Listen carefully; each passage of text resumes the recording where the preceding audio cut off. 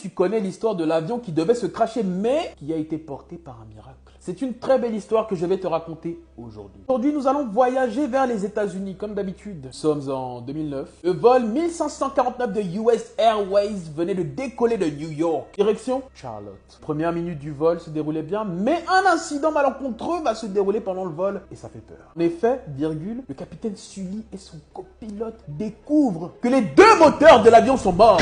Les deux moteurs de l'avion sont décédés. Les deux moteurs de l'avion ne marchent plus. Major alert, major alert, nous n'avons plus de moteur dans l'avion. Major alert, qu'est-ce que nous allons faire? Oh my gosh, oh my gosh, oh my goodness. Capitaine, nous n'allons pas pouvoir atterrir à l'aéroport. Qu'est-ce qu'on fait?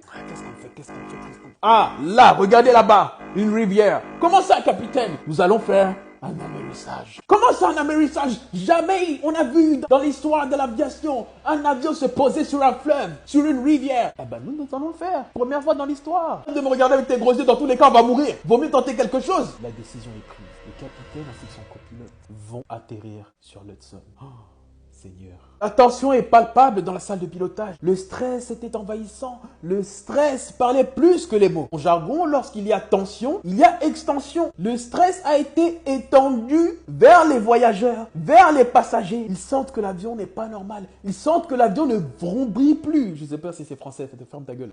Un appel du capitaine dans les haut-parleurs de l'avion. Mesdames et messieurs, ici le capitaine Sully. Je tiens à vous dévoiler la situation qui est assez alarmante. Malheureusement, nous avons perdu les deux moteurs de l'avion. Oh non, non, non, on va mourir. Ah là là là là là là. Comment ça, deux moteurs de l'avion? Mais même pas un, deux. Mais c'est quoi cet avion de merde?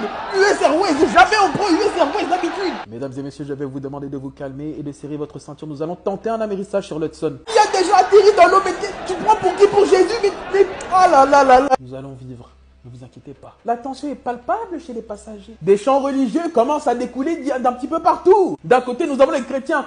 Il est bon de louer Dieu, alléluia. Ah, vous les musulmans. Il est bon de louer Dieu, alléluia. Vous les chrétiens, nous allons lire du Coran ensemble. Mais je ne parle pas arabe. Dis quand même. Retournons tranquillement vers le cockpit. Comment va Sully? Sully est stressé, mais il garde son calme. Il commence à se dire qu'il faut que je puisse calmer mon système nerveux parce que sinon on va tous mourir. On n'a pas le choix. Tout le monde résulte de mes actes. Il dirige calmement l'avion. Il le dirige vers l'Hudson.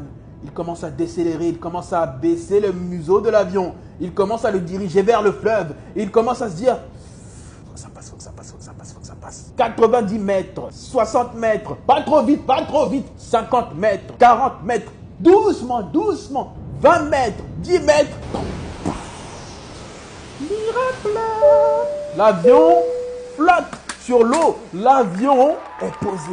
Tout le monde est sain et sauf. Tout le monde applaudit dans la cabine. Tout le monde est rassuré. Merci Jésus. Merci Dieu. Merci Allah. Merci Bouddha. Merci qui tu veux. Porte s'ouvre. Les gens sortent de l'avion, se posent sur les ailes. Ils sont gelés. Ils sont fatigués. Ils sont stressés. Mais c'est pas grave.